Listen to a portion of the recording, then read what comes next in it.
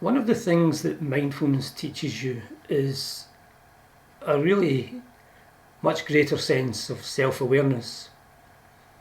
Because it's all about noticing what's going on moment by moment, a lot of that is about noticing how you're feeling, how your mood changes, how you react to things. And it's in equal measure hilarious and frightening just how our minds can be. So I've got a huge amount of flaws and imperfections, and one of them is being judgmental.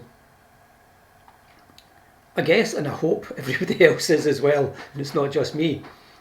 But when I'm watching the TV, especially if it's on the news or some of the sort of prime time TV programmes, there are just people I like and there are people I don't like. And on the news, I can disagree vehemently with the way that maybe the news is presented or an opinion that the newsreader's saying. And it's to that point where you almost want to shout at the screen, say, that's not right, I didn't explain this, those sort of things. Or just that feeling of, I won't name any names in case it's your favourite TV comedians or presenters, but so and so, oh, I can't stand them, they're so false or whatever. And these are just this constant flow of biased opinions about people. And I mean biased not in the sense that we normally think, about religious bigotry or misogyny or racism or things like that, ageism. I just mean that the mind has somehow or other, and it can only either be genetic, in your genes, that you view people positively or negatively, or it's the way you've been brought up and your life experiences, or the combination of the two. So it's only one of those that can do it. But for some reason, I have got I don't like them, I can't stand them. That's a different, wrong way of presenting things. And it's hugely judgmental, but it's also incredibly unpleasant and unhelpful in your own mind. So that is a trait I have. It's really unnecessary. It's not like shouting at a TV screen changes the people's opinions.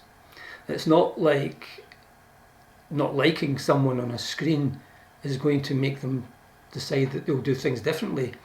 And you see this even, and I don't do this online on social media, but you see people doing that really toxic sort of comments about people just because they're doing their job or stating their opinion.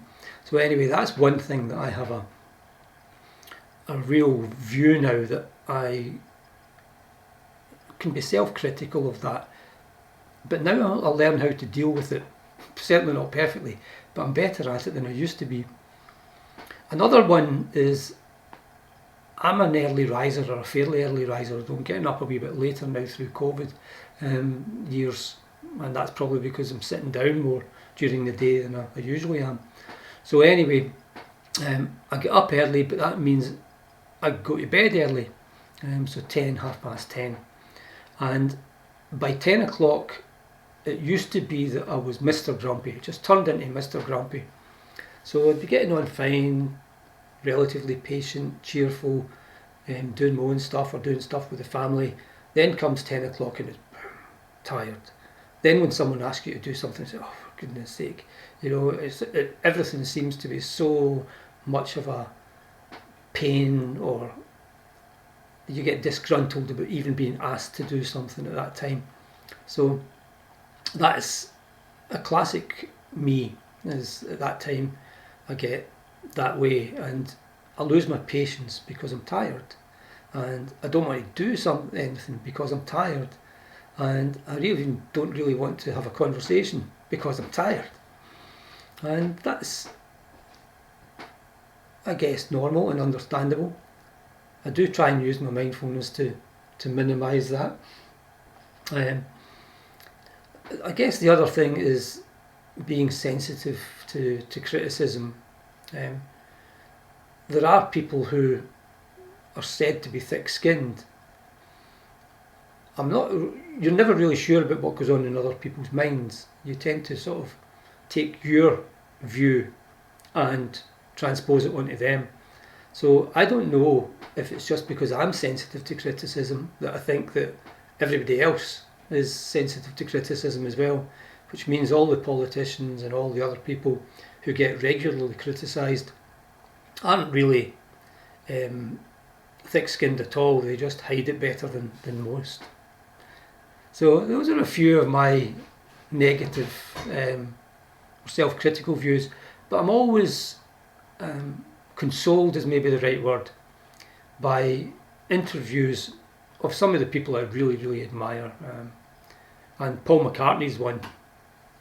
So I read in a couple of interviews, and I saw him once on TV saying that he really doubts himself.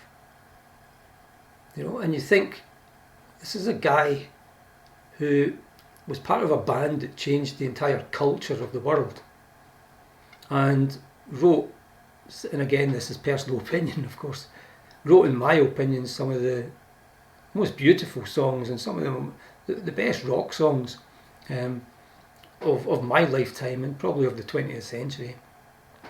And has been able to do this for over half a century. And you think, this guy's saying, oh, but sometimes I think I'm actually rubbish now, maybe I've lost my ability to write good songs. And then he comes out with another cracker, and that is some consolation, I think, for all of us, that self-doubt and self-criticism it's universal, it's in everybody's mind, and so we shouldn't pay it too much heed. And of course, as I would always say, mindfulness helps us train the mind to not pay too much heed to this barrage of self-criticism and criticism of others that my mind, and probably many of yours, produces.